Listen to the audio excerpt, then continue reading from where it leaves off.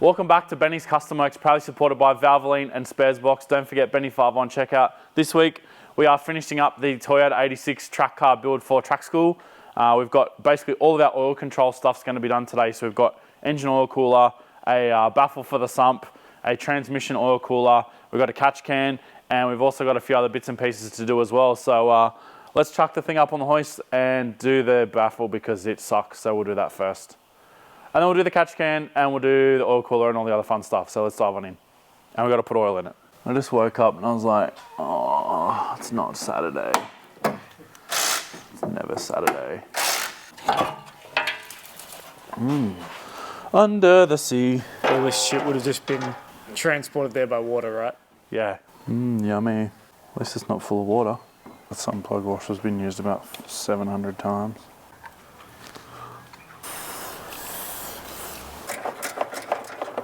Oh, did we just win? Oh, best day ever. That just went from being a 2-hour job to a 5-minute job to pull that header off because the bolts didn't strip. So it's the nuts that are rounded, not the sockets flogged. I spoke too soon, now everyone loves using Imperial tools on metric cars. 9/16 socket saves the day. The headers have been off before? Yeah. How can you tell? Because the nut was stripped. Well, I doubt the factory would have rounded that nut off. Someone's just sent it with a gun, I betcha. The good news is I think all the oil leak under here is actually from the sump not sealing properly, which we're fixing anyway. Well, my theory is that someone's had the sump off because that's pretty common for these. Because I think there was a recall where silicone would get into the oil pickup. Save the lens. Yeah.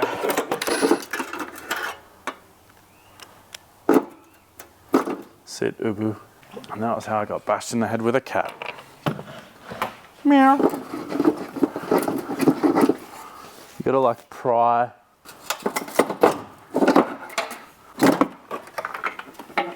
Huh, yummy. Did you eat some crust?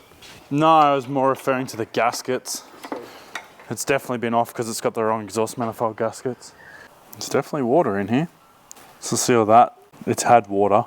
So the water was high enough that it got into the oil system. From where? How would it get into there? Well, that's kind of the concerning thing because there's not really a way to get into it easily unless it went through like the breathers. Where are the breathers? Like right at the top. Like bonnet went underwater type of scenario.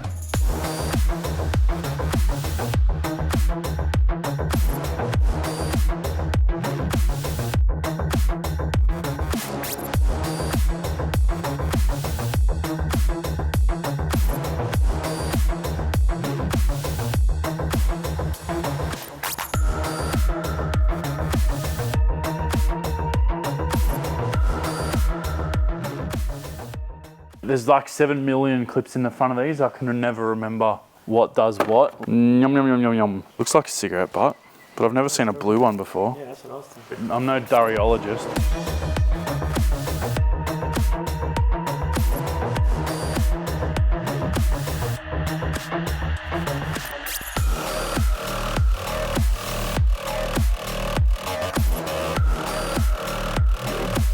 So much plastic, it's so annoying.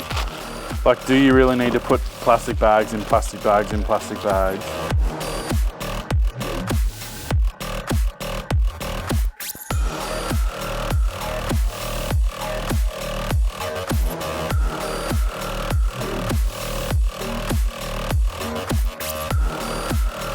Luckily we got more plastic. At least if they were snappies, we could have been reusing them. Rage against the oil cooler.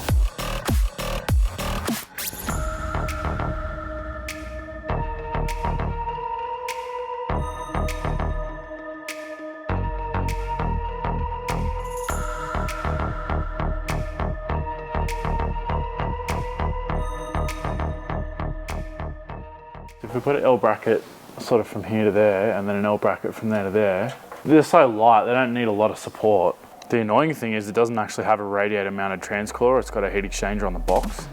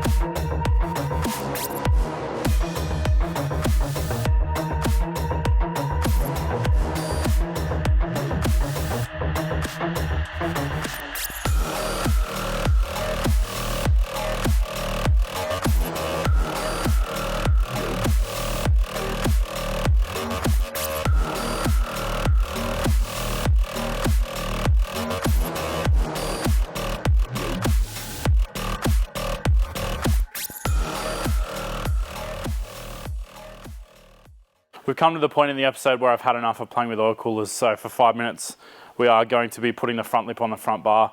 In all seriousness, this thing's actually been a bit of a mission.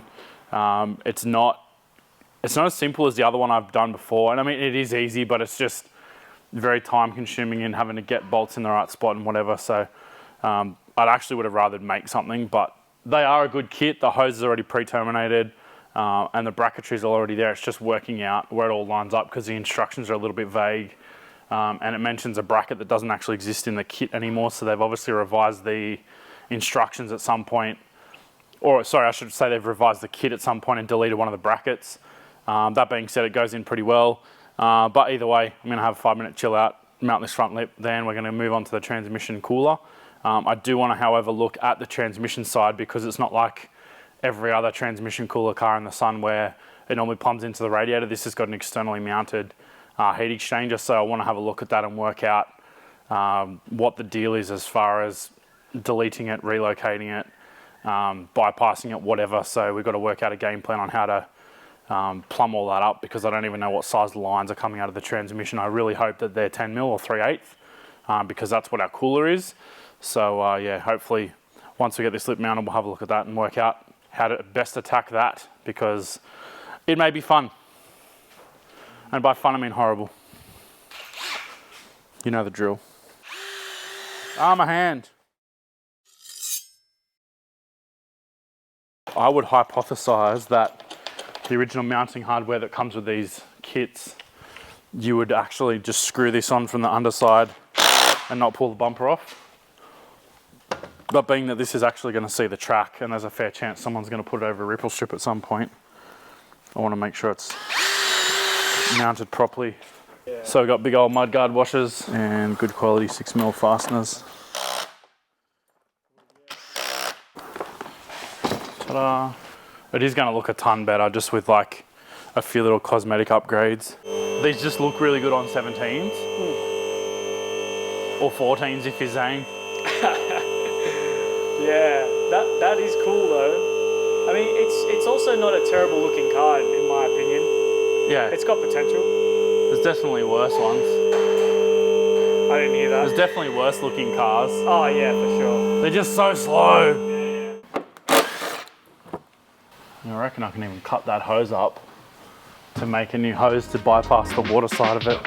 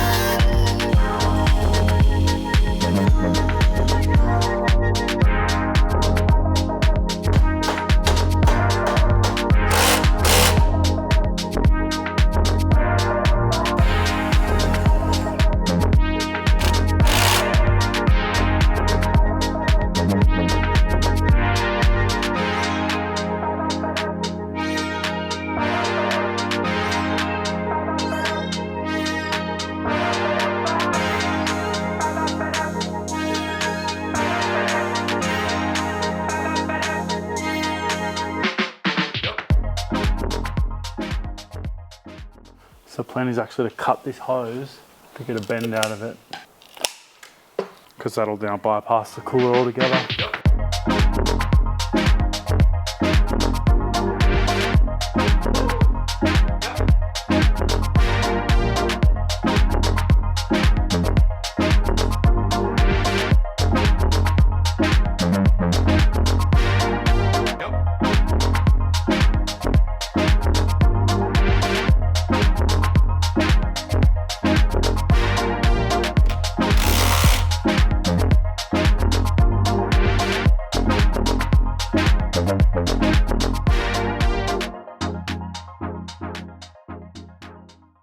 this will tell us if it needs to be filled running or in park.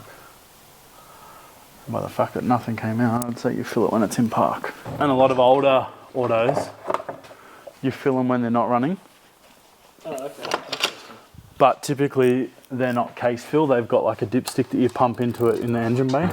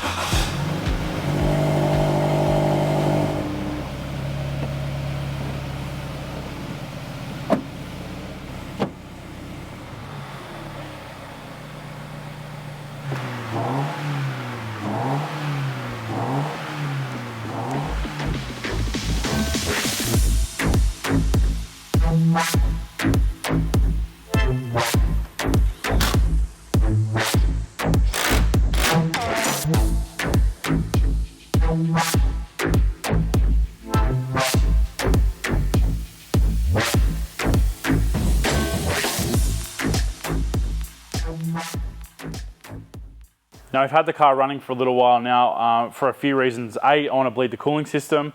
B, I want to make sure that the oil system is properly flushed through the cooler so that we can check the oil level is correct. And thirdly, for the same reason for the transmission with the oil cooler on that also. We want to run it and make sure that the fluid level is correct with the box. Obviously we've drained the box and refilled it as well as adding the cooler. So we have to make sure that that transmission fluid level is correct. This style of transmission, you fill it up, run it, and then check the level when it's not running. So basically once it goes in the air, we'll pull the plug out and fill it up until it spills out again. I did also want to touch on the fact that this has green coolant in it, not blue. Factory, this would have had blue coolant in it. However, when this car came to us, it had green coolant in it. While we have drained the system, we haven't done a full flush in it. And in my opinion, the green coolant in this is going to be no issue anyway. These things are very heavily serviced, so every 50,000 Ks we'll just put coolant through it. And I actually like to change the coolant more regularly, especially in these things, just to make sure that it's fresh. Subaru, for whatever reason, and Toyota in this particular instance, decided that going to blue coolant and extending the service interval would be a good thing. In my opinion, it's probably just more of a cost-saving thing, so that when they're doing fixed price servicing, by the time you actually get to doing the coolant, the car's out of fixed price service price range. But that's another rant for another day. So we're going to check the fluid level on the transmission now. We're obviously going to also check our engine oil, and we'll top off our cooling system reservoir. Then we've got a catch can to fit, 2 tow hooks and an air filter. Then a full day of work is done on this thing again, and this will probably be the last time you see it in this form. In the future, no doubt we'll see it again wrapped and pretty in track schooling. So yeah, we're going to finish off the car now and pack it up for the day. Nailed it. Bro, there's a company out there that makes Barrett oil pumps, right? And you can pick what color oil pump you want. It's in the engine, bro. It's literally in the engine, bro. What? Why? I mean, I understand anodizing and its hardness adding of aluminium, but what I don't understand is why you would pick a different color for your oil pump when it's inside the engine. Oh, I better pull my timing cover off to make sure my oil pump's still purple. It's literally in the engine. Do you think that they pull their engines apart that many times that they see it a lot, so they're like, I can justify the spend of... I still don't feel like that's even enough of a reason. Like, even that. Like, are you really going to pull your engine apart that often? Maybe it's their silver lining for having to pull the engine apart. I mean, it's not hurting anyone. I get it. If you want to enjoy your shit, go for gold. But it's inside the engine, bro. It hurts me. Oh, and the steering lock's on. That's my punishment for mocking the oil pump. Vote 1. Black anodized oil pumps, Australia. Is there like a clear cover? Nope. Because it's a Barra. It's a timing cover. It's aluminium. Oh, I love these peanut things that they put in catch cans and all sorts of shit. Oh wait, no I don't. I hate them. I wonder if these are the dissolving ones or if they're made out of foam. I think they're like polystyrene. I feel like this is real sneaky, like, oh yeah, nah, I swear bro, it's actually biodegradable. And then they're actually just polystyrene in another shape. Like the cornstarch ones go sticky instantly. Like I didn't just go and chuck them all out in the environment. More plastic bags. And you want to think I'm a greenie. I'm not a greenie, I just don't get waste. Like you could have put all of that in one bag.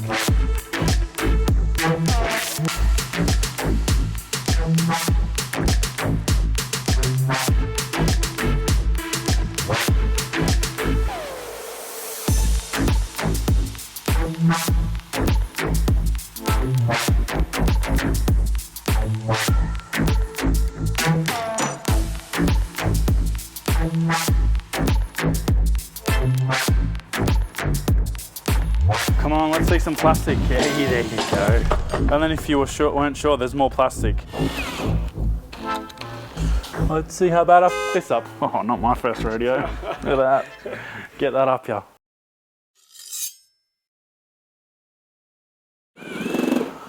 That's definitely not as good as the other one.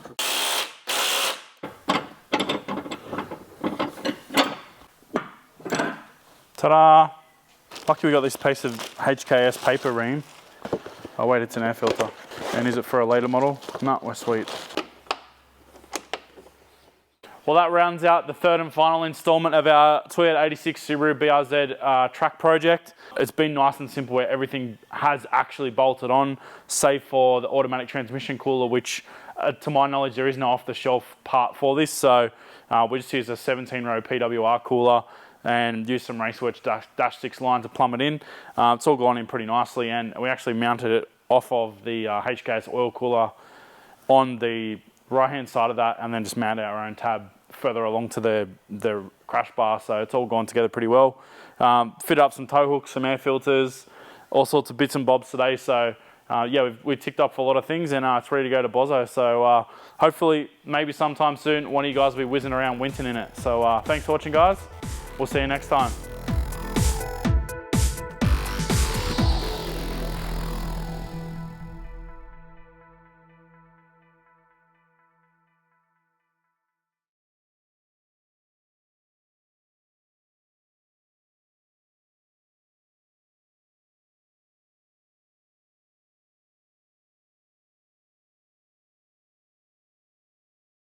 The oil pump's inside the engine, bro.